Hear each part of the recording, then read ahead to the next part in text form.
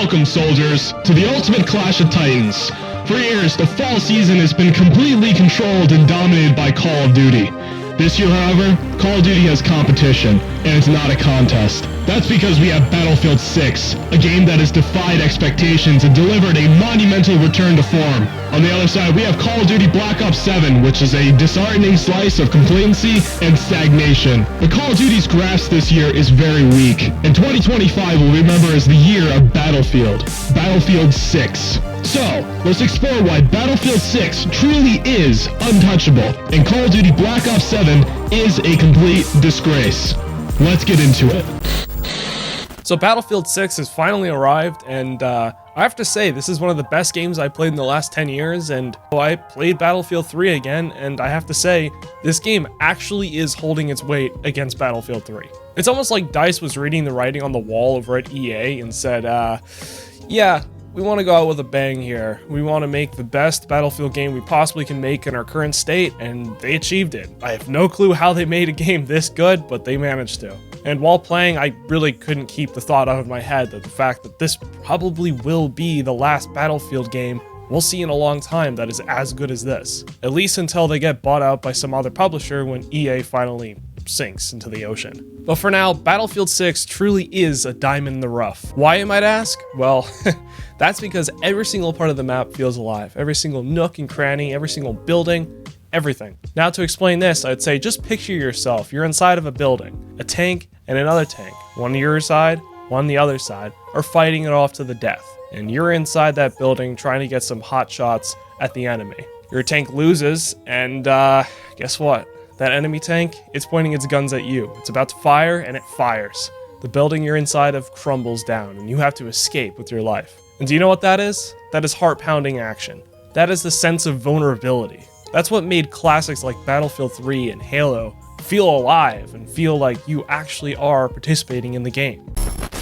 To put into a single word why Battlefield 6 is truly such a good game, I would use the word scale. It's not just the number of players you can have in one game, which is 32v32, which is less than Battlefield 2042, which that didn't work, it had 64v64, but whatever. No, it's the architectural density of the maps. Take the map Manhattan Bridge for instance. It is literally a sliver of Brooklyn put inside Battlefield. It's not just some square with some buildings inside of it like a COD map. No, this is a living, breathing slice of Brooklyn because, well, there's complex vertical structures and it feels like a real urban environment. The size of a map does dictate the pacing of the game. Look at Call of Duty Ghosts. Everyone was complaining about how big the maps were, and games would kind of drag on. I guess they were trying to experiment with the PlayStation 4 and Xbox One because they had more memory, and since the maps are so big, you're not always in action, you're doing other things. You're transporting, you're strategizing. You're doing things other than just pointing and shooting at an enemy and killing them. The large scale of these maps is what truly makes Battlefield Battlefield and makes it stand out against other shooters. A Call of Duty map is just checkers, and the Battlefield map feels like you're set inside of a natural disaster where you're fighting against the enemy team and you have to win. So Battlefield 6's combat system feels tight and satisfying. It is slower than the beta, and it is slower than Battlefield 5's movement system, but it's not slow enough to make OGs happy. I still feel like it is in the perfect Goldilocks zone because it forces you to still be tactical, but you can still run fast if you'd like to. There's no tactical sprint anymore, and you can't slide and then jump like you could in Battlefield 5. They also added back the ability to mount onto walls again. So when it comes to gunplay, this game feels pretty solid, especially compared to Battlefield 2042, which basically didn't have recoil and felt spongy. Because guess what? In this Battlefield game, bullets have weight again.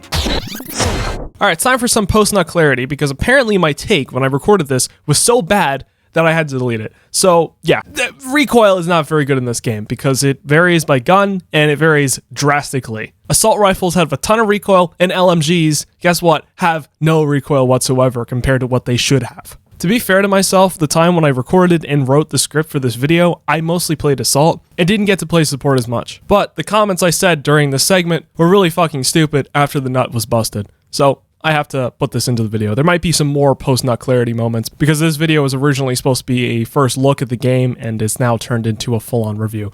Don't ask me how that happened. Probably God has something to do with it because I ended up having to record the video 3 times. Whatever. Go back to the video. The time to kill, I think, is in a sweet spot also because it's slower than Battlefield 3, which I think is a bit too fast and can be infuriating sometimes, but it's still a lot faster than Battlefield 2042, which enemies felt like sponges. It's a good balance because I still feel like you have to be tactical and position yourself correctly because you'll still be killed if you're out in the open. But it's not like Battlefield 2042 where, well, you can be out in the open and it doesn't really matter. So I personally think the time to kill is pretty good here and is a pretty good balance between Battlefield 2042, that disaster, and Battlefield 3. And it's definitely not as bad as Call of Duty where basically you get aimed at, you're dead. In Battlefield 6, it feels like you have a chance because if you're getting shot at and you get into cover in time and you get your health back up and you pop your head back out and shoot at the other guy, well, there's going to be an exchange. And you don't feel like you're completely cheated because, well, you didn't see that guy. Where was that guy? Where did he come from? He's just shooting through walls? Yeah, no. It's not going to be like Call of Duty. You're going to be able to get into cover and you're going to be able to deal with that guy. That's something I really did like about this game because I'm starting to get sick of games where you're required to have just laser fast reaction times. And instead, you have to work on having recoil control and know where to position yourself on the map so you don't die. So guess what, guys? They added back classes, which is something I have no clue why they removed because when I think of Battlefield, I think of classes. And there were no classes in Battlefield 2042. We had something called operators, I'm pretty sure. Yeah, that makes no sense. That's like if Ford decided to remove wheels from their cars and instead replace them with turkeys. That makes no fucking sense. Because the class system is truly what made Battlefield shine. Battlefield's supposed to be a team game. You're supposed to work as a squad. And if you're not doing that, you'll lose. And in the last Battlefield game, I felt like you can run and gun by yourself, no problem. So that means you need an engineer, you need an assault guy, you need a support guy, and you guess what? You need a goddamn recon guy. Because in this game, the classes truly do matter. So if you have a squad that's fully assault, guess what? You guys are gonna die because you're a support guy, you need someone to revive you, you need someone to throw down ammo. And you need your engineer because you need someone to go after tanks and repair tanks. And you even need your recon guy because you need your eyes in the sky to tell you where enemies are and help you out if things go hot. Alright, so it's time for some post-nut clarity because apparently the community does not like the distinction that the engineer has that they can only interact with tanks. I personally would say yes, I kind of understand that critique, but as it is, I feel like being a tank is very difficult in this game with the amount of landmines and the amount of things that can destroy you. If they were to tone down the engineer's role in destroying tanks and make it possible for everyone to destroy tanks to some degree, then sure. But if we're talking about just adding the ability for everyone to counter tanks, then I think it's going to be impossible to play tanks, and no one's going to play tanks whatsoever. Historically speaking, Battlefield 3 and 4 were very strict on which classes can interact with tanks. While you could, if you were playing as Recon, you could attach C4 to tanks. Other than that, those games were very strict. A notable person who I heard talk about this was the Act Man, which he brought up Battlefield 1, which each class had an anti-tank grenade, which essentially was a lighter version of the engineer's primary anti-tank gadget. And the Recon guy was able to shoot K bullets, which did minor damage to the tank, also interrupted with repairs of the tank, which I do actually agree that would be nice to see here. But overall, I personally don't see a problem with the engineer being the only one to deal with tanks, because tanks as there is in this game, I feel like are pretty difficult to use. And as the days have progressed, I've noticed more and more people are not using tanks anymore, and now the meta seems to be using an LMG and standing on top of the highest building possible to try and kill off idiots on the ground. Anyways, enough post-nut clarity. Let's get back to the video.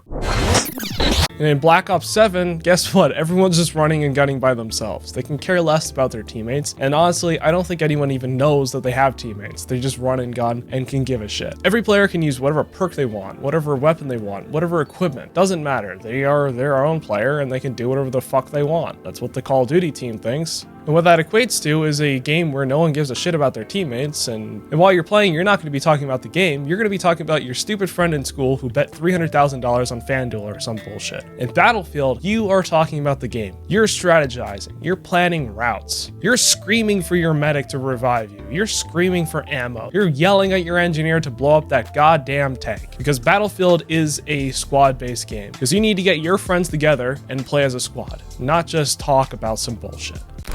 So where Battlefield 6 shines the brightest, I think, is in the maps. At launch, we were given 9 massive, huge sandboxes to play within. Alright, so here's a quick post-nut clarity because I feel like I was bit misleading of how big these maps are. They are smaller than Battlefield 2042. Battlefield 2042 was 64. All right? That's why the maps were so big, and honestly, they were so big even at that scale that I would have trouble finding people. But there's also people complaining that some of the maps are really small, like Caro and New Sobluck City. To be honest, in my opinion, I actually like those maps a lot because you still have to be tactical and everything, but it is a little bit more intense. But I agree personally with the rest of the community that maps like Operation Firestorm and Mirak Valley are the best of what Battlefield has to offer. Because Battlefield is supposed to be more of a methodical shooter, but it's supposed to give you an opportunity to plan attacks and actually think. And maps like New Sobluck City don't really give you that because of how small they are. However, back to the video. I said this was supposed to be a small one. This is not really. Maps that include everything from tight urban alleyways to open fields. These maps emphasize territory control, not just running around for kills. And basically all these maps give you a strategic vibe. You must be strategic, you must play as a squad in order to win the game. In contrast, Call of Duty maps always tend to stick to this strict rule of having a 3-lane structure. While it is lazy, they use it because it makes sure the player is always in the action. And it's perfect for a twitchy shooter like Call of Duty, but sacrifices your sense of being in the environment and downtime when you can strategize with your squad. Battlefield 6 doesn't do any of that. It makes you work as a squad and as collectively a team in order to win the objective and win the game. And this game has a mode for everyone. Alright, it's time for some post-nut clarity again, because I kind of messed up this section slightly, and I have more to add to this, because I don't think I added enough to make it really make sense. So if you want to play a large game mode, you can play Conquest or Escalation, both 32v32, and in those game modes, depending on the map, you have full access to vehicles. If you want to play something slightly smaller, you can play Breakthrough, which is 24v24, which you have slightly less access to vehicles. If you want to play something medium scale, you can play Rush, which is 12v12, and you don't have vehicles at all. If you want to play something small, if you're a COD player, I guess, you can play either Domination, King of the Hill, Team Deathmatch, or Squad Deathmatch, which allows you to play as a squad of 4, where there's 4 squads on your team. In all the other modes, everything is 8v8, and you don't have vehicles whatsoever in those game modes, because those game modes are significantly smaller and are really catered towards people who like to play Call of Duty. Also, I do have to mention there's a anticipated Battle Royale game, which by that point, I'm probably going to drop this game entirely, because that's when they're going to throw in microtransactions and all that bullshit. So, back to the video. To the people who have been playing Battlefield for a while, you might have said, what the fuck is the mode Escalation? Well, that was the same thing I said when I first started playing this, because I thought it was the same game as Conquest. I was like, what is this? But later in the game, I realized that, well, you actually capture points and hold them, and basically that means by the end of the game, there's 1 point left, and everyone is fighting for that one single point. So that means everyone in the game is all right there, fighting for that one objective, and it turns into an absolute bloodbath. So by just changing this rule slightly of Conquest, they were able to make a really fun game mode. Something Call of Duty has been lacking for years now. Alright, so let's talk about Destruction for a little bit. Well, this time around, Destruction doesn't feel like just a gimmick, but really feels like it's part of the game. In this game, it's not just pre-scripted events like giant levees breaking, flooding entire maps. No, it's something much bigger. In this game, buildings crumble down realistically. Let's say you're inside of a tank and you fire guns at a building. That building will crumble in real time, sending dust everywhere. While it is a bit disappointing not having big scripted events like we used to be honest, they would rarely ever be used, and this is much smaller scale, and honestly, I think it affects the game much more, and it affects the game in a much better way than what we used to have. Because when you're inside of a building, and the building gets shot up by a tank, and you're inside, and you're rushing to get out, and your heart is racing because, you know, you have to find new cover, that truly is an experience. These moments feel incredible because when a tank fires at your building, you're inside, you have to rush out of that building, get down those stairs, out the door before that tank finally destroys your building and find a new place to hide. This gives you a sense of vulnerability, which I only get from games like Halo and Battlefield. In short, they really changed up the way the game works because this makes every single game you play different, because you never know what building is going to be destroyed. Your usual sniping position, like I said earlier, that could be completely gone the next game you play because some tank shot at it earlier. So it always keeps you on your toes.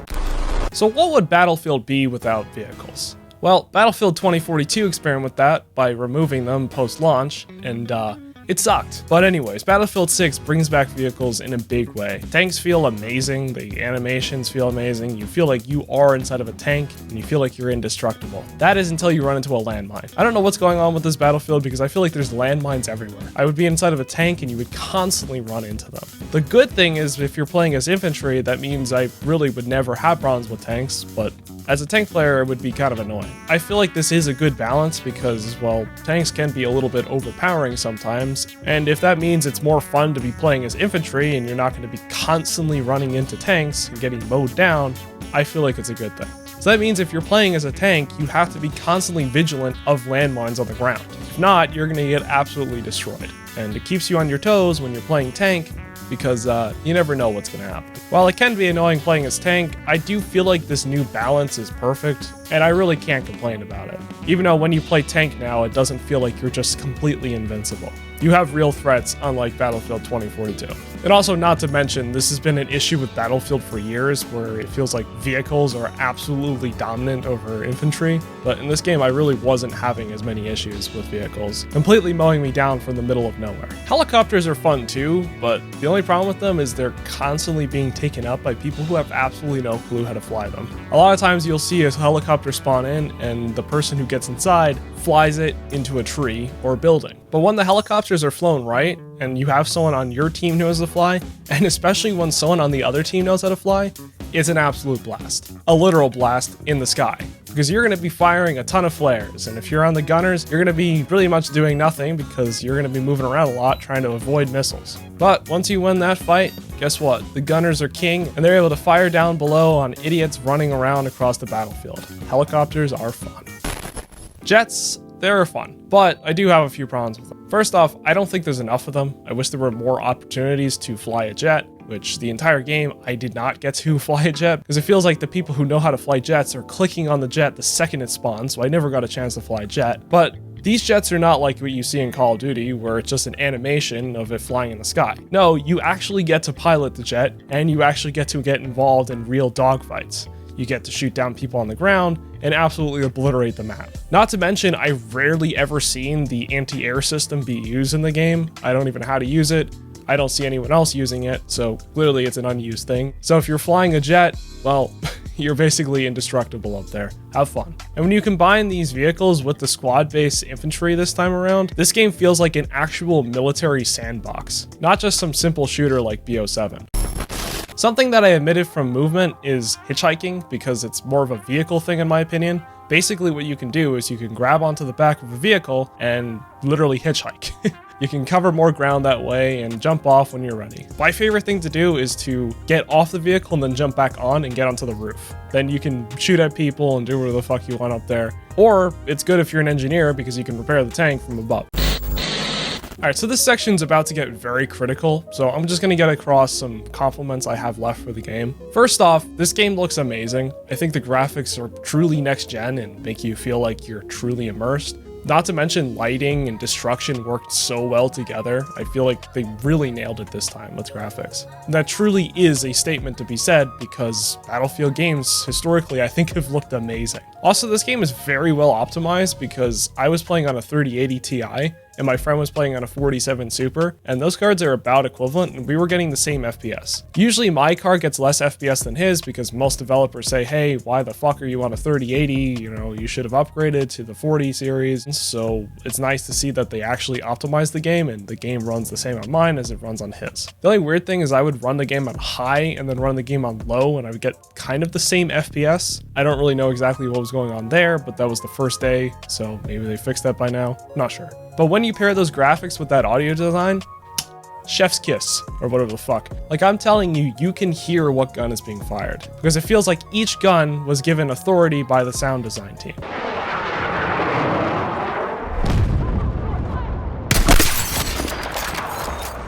Every sound from the deep thunder of an artillery gun to the shriek of a jet flying on by past your head feels amazing. They really nailed it. The only problem is it can sometimes get a bit loud and overwhelming, and if you're the type of person that likes to keep track of players with footsteps, then this game really isn't good for that. But this is a Battlefield game, and I feel like Battlefield games are supposed to be a bit more realistic than a Call of Duty game where footsteps literally cause earthquakes on the other side of the planet. So that is just a personal taste from me, and yeah, I have nothing against the game in that department. Where I do have a complaint is the campaign. I think you probably knew where the major complaint was. Well, yeah. The campaign was truly bland and safe, and I felt like every single step of the way, I was able to predict what was going to happen. Everything from the bland conflict of NATO versus Pax Armada, full of mysterious global tension, to being hijacked as the player when there's something cinematic on the screen where it literally changes your FOV and takes full control of the controller. Literally, I had no control of the game during these instances, and it's very weird, because you'll be playing and then all of a sudden, oh my god, I have no control of my character. What the fuck's going on? Holy shit. Yeah. That is not how you handle cinematic experiences. You could probably cut to a cutscene or, you know, maybe let the player look on their own because, I don't know, what you're doing in the game should be interesting enough for the player to actually look. I don't know. Or you can use lighting design to try and direct the player of where to look. There's a billion different ways to do this, but taking control over the player is not a way to do it. While I think it's much better than Battlefield 2042's complete disaster of a campaign because, there was no fucking campaign, it's still far from being anywhere near on par to Battlefield 3 and Bad Company 2. Nowhere near. If I understand, this campaign was originally being developed by Ridgeline Games, which had a true legend on board, Marcus Lato, the guy who, you know, co-created Halo, the whole Halo universe. Yeah, that guy. But guess what? You probably can predict this. Yeah, EA canned the entire studio. Wow. Because they needed to consolidate. And guess who they gave it to? EA Motive. And guess how long they had to develop it? A year. Yeah, that's pretty bad. So the story begins in the year 2027. You're playing as Gunnery Sergeant Dylan Murphy, and you're on this US Marine installation in the middle of Georgia, where you learn you have to leave because you're afraid that being stationed there is going to cause World War III. Just only a few minutes into the campaign, your base is attacked by Pax Armada forces in an unprovoked attack. So you and your squad run to a jeep and drive up this random hill and scout out this building, which you're supposed to destroy because it's housing servers with US intelligence or whatever. So after that, you guys go into the building, plant C4, and then evac from a helicopter. And can you guess the next part? Yeah. The helicopter fucking crashes. So when the helicopter crash lands, somehow your squad survives, and you guys don't check to see if the pilots are okay. Because you guys have antisocial personality disorder, I guess, collectively. So after you guys are done jacking off to each other, you guys look outside and you realize you're surrounded by enemies. What do you think you guys do? Do you A, surrender, or B, fight to the death for no reason?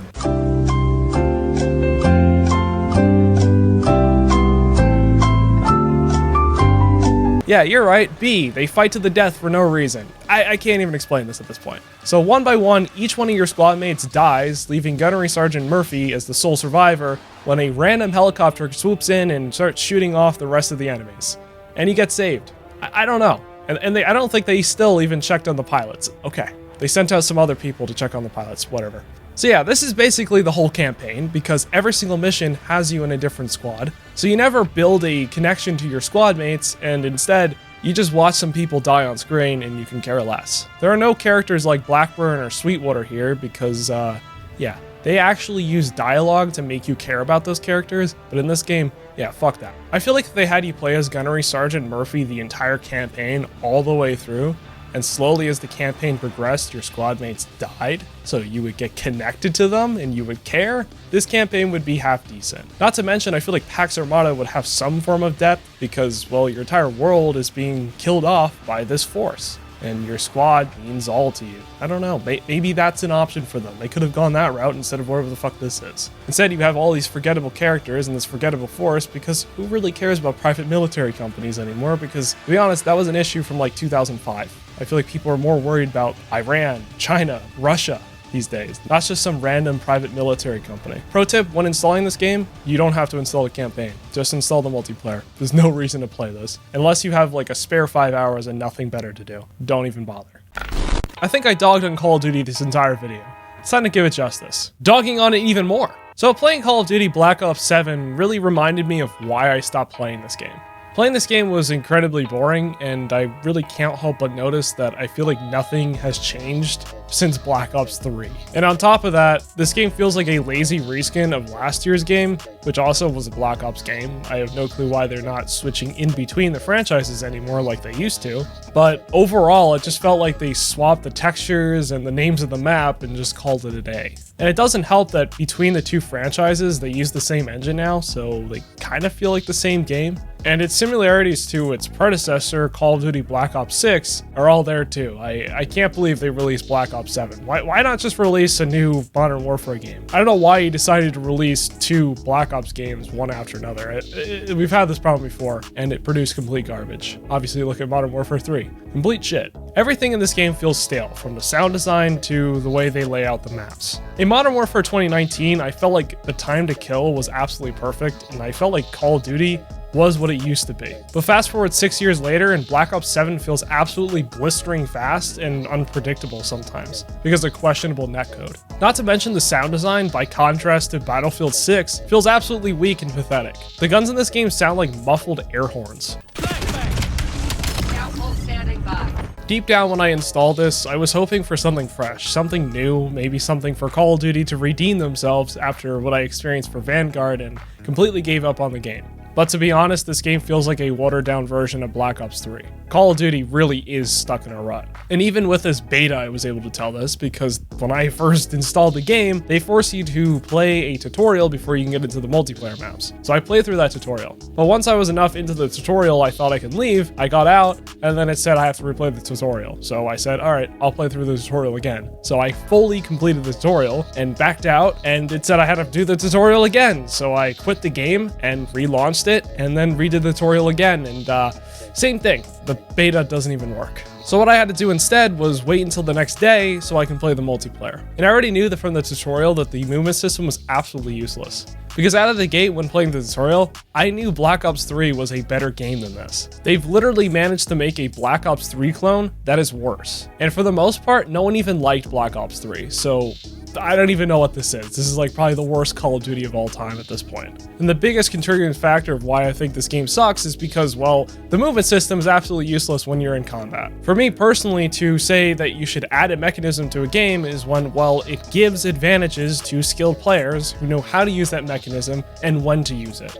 So I would expect this mechanism to be able to be used for flanking, maybe getting out of a tough situation, or just move faster across the map. In Black Ops 3, it felt like it was a necessity to use these features because it allowed you to cover more ground. In this game, it feels like they added this in really late into development, and I'm guessing management called down to the development team and said, hey, this game sucks. We need to add something spicy, and they suggested advanced movement, and the development team delivered, begrudgingly. And since they rushed it in so fast, the maps really don't reflect the advanced movement system. And actually, when you use the movement system, it actually gives you a disadvantage. Look at this example on the map Imprint. You can either A, wall ride, or B, jump from one side to the other, and then from that side to the other. Which way is the best?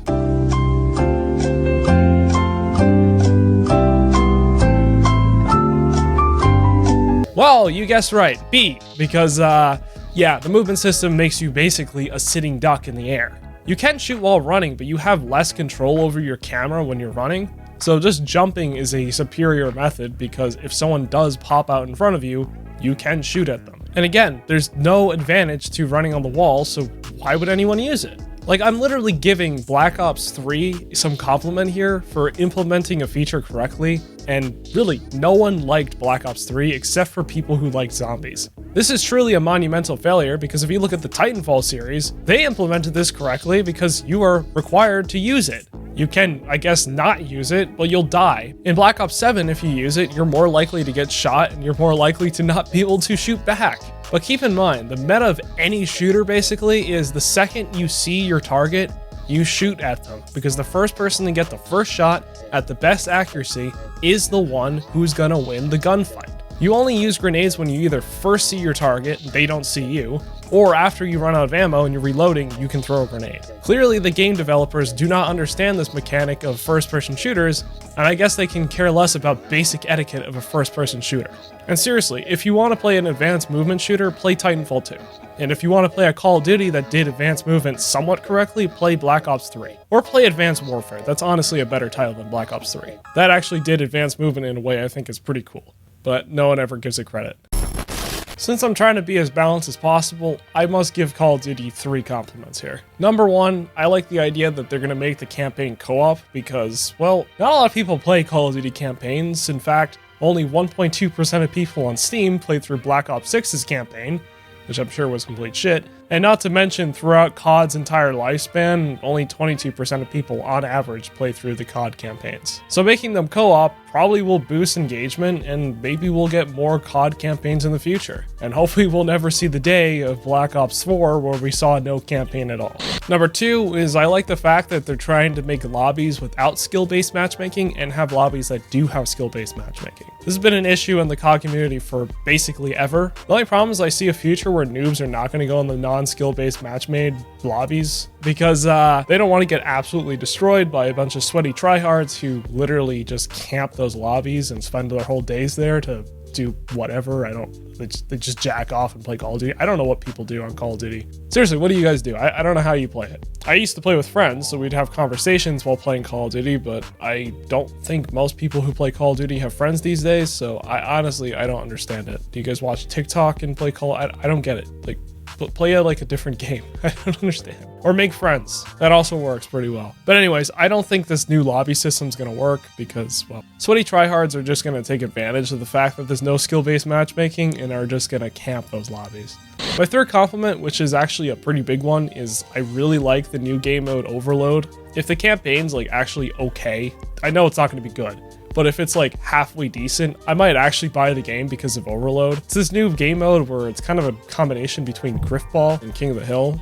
The only problem is it's a Call of Duty game, so a lot of people don't play for the objective, but the very few games I've had where people actually tried to play for the objective, they were absolutely fun, and the games went by really fast. To be honest, I think they should up the score limit a little higher because I feel like games would go on for only like 5 minutes at a time sometimes if people were actually playing for the objective. But I guess they're just realizing people don't play for the objective usually and just try and farm kills from games that have objectives. I don't know. You Call of Duty players make no sense to me. Oh yeah, bonus compliment. Call of Duty's always done very well with the art direction, so, you know, this game's no exception. And I really love the Japanese aesthetic they went for here. If I remember correctly, Black Ops 3 was kind of like that too, so I'm guessing they're predicting the future is going to be a little bit more Japanese, I guess. I don't know, a lot more Japanese influence is going to be in architecture, which is cool. I really do like the art direction, but everything else kind of sucks. So once again, we are disappointed by the zombies in this game. It is honestly very boring. I feel like they've turned Call of Duty Zombies into a run-of-the-mill PvE game instead of what it used to be, which had a somewhat compelling story arc and, you know, a fun experience to have with friends. Nothing really feels all that different from the last time I played Zombies, which was, I don't remember. So what I mean by that is I feel like nothing has really progressed, and I feel like Zombies is the place where they can progress the game a lot more, because I kind of understand the multiplayer, you know, you really can't change things. I guess you've got this autistic fan base who really can't handle change, so whatever, you can't really do much about that. But Zombies, it's set in a sci-fi setting, you can kind of do whatever you want, so I really don't know what they're doing here. They have an infinite playground here to work with to create mechanically unique and engaging zombies. But instead, we get the same scenario we've got 16 years ago, where you've just got a bunch of slow-moving enemies running at you. That's it. That's really all there is. Not to mention all the compromises we've had since Black Ops 3 in the zombies department. They've moved away from the original story arc of the game, so nothing makes any sense anymore. And they've made the game very easy. Honestly, getting to round 9 feels like the easiest thing in the world. I did it while chewing a bag of chips and watching a YouTube video. Literally, it's simple, dead simple. Like, just imagine if they put like a ginormous zombie and it's kind of like a boss fight. You have to fire bullets, rockets, whatever at this one zombie. Imagine that. Just literally anything. You can do anything. I don't know, you can have a zombie that flies and swoops down and grabs people or something. I don't know. The world's your oyster here. But instead, they really don't do much, and the game's really not changed that much since Black Ops 3. Call of Duty Zombies is completely and utterly creatively bankrupt, and you can definitely tell that because they included a zombies game with a Modern Warfare game. Why did they put Modern Warfare 3 and zombies together? I don't even know. Other than, I don't know, they want to make money. That is the whole goal here. They're completely screwing over the fan base because they want to make money from who buy Call of Duty every single year and think it's the best thing since sliced bread.